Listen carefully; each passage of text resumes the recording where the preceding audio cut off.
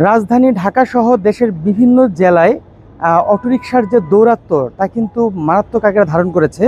বিশেষ করে রাজধানীতে যে ভিআইপি সড়কগুলো রয়েছে, যেসব জায়গায় অটোরিকশা কিংবা এই ধরনের কোনো যানবাহন চলার কথা নয়, সেই জায়গাতে অটোরিকশাগুলো দাপড়িয়ে বেড়াচ্ছে এবং শুধু বীরদর্পেই তারা চলছে না, সেই সাথে তাদের মানে এক ধরনের স্বেচ্ছাচারিতাভাবে তারা চলছে। ফলে রাস্তায় যানজট কিংবা দুর্ঘটনা কিন্তু আমরা প্রায়ই লক্ষ্য করছি, খেয়াল করছি, যেগুলোকে বন্ধ করার জন্য সরকার ইতিমধ্যে ব্যাপক মানে পদক্ষেপ নিয়েছে, এবং কিন্তু বাস্তবিক অর্থে কিন্তু কোনো প্রতিকার কিংবা কোনো নিয়ন্ত্রণ করা যাচ্ছে না। তাহলে বলা যায় যে একরকম যে যেখানে চেষ্টা করছে সেখানে কিন্তু সমাধান আসছে না। তাহলে সেই ক্ষেত্রে বলা যায় যে মাথা মোটা প্রশাসন তারা যেই জায়গাটিতে ফোকাস করা দরকার সেই জায়গা তারা করতে ব্যর্থ হয়েছে। কেননা এই অটোরিকশাগুলো চলে কিন্তু বিদ্যুতের চার্জে। তাহলে যেই কারখানাগুলোতে কিংবা যেই গ্যারেজগুলোতে এই অটোরিকশাগুলো চার্জ দেওয়া হয়, সেখানকার যে বৈদ্যুতিক সংযোগ সেগুলো কিন্তু এক ধরনের অবৈধ সংযোগ।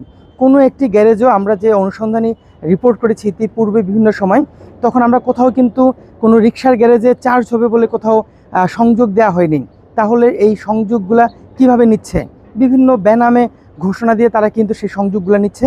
শুধু তাই নয়, তারা একটি সংযোগ নিয়ে ভিন্ন সংযোগ ব্যবহার করে কিন্তু তারা চার্জ দিচ্ছে। অর্থাৎ যেই বিদ্যুৎটি তারা ব্যবহার করতেছে অটোরিকশাগুলো চার্জ দেওয়ার জন্য, সেগুলোর বিলও কিন্তু তারা পরিশোধ করছে না। ফলে আমার যেটি মনে হয় সরকারের উচিত হবে সেই গোড়ায় হাত দেয়া। অর্থাৎ অটোরিকশার যে গ্যারেজগুলো রয়েছে, যেখানে এই অটোরিকশাগুলো চার্জ দেওয়া হয়, যেখানে সংরক্ষণ করা হয়, রাখা হয়, সেই জায়গাগুলোতে যদি অভিযান চালানো যায়, তাহলে আমার ধারণা সম্ভব হবে এই অটোরিকশার দৌরাত্ম্য নিয়ন্ত্রণ করা।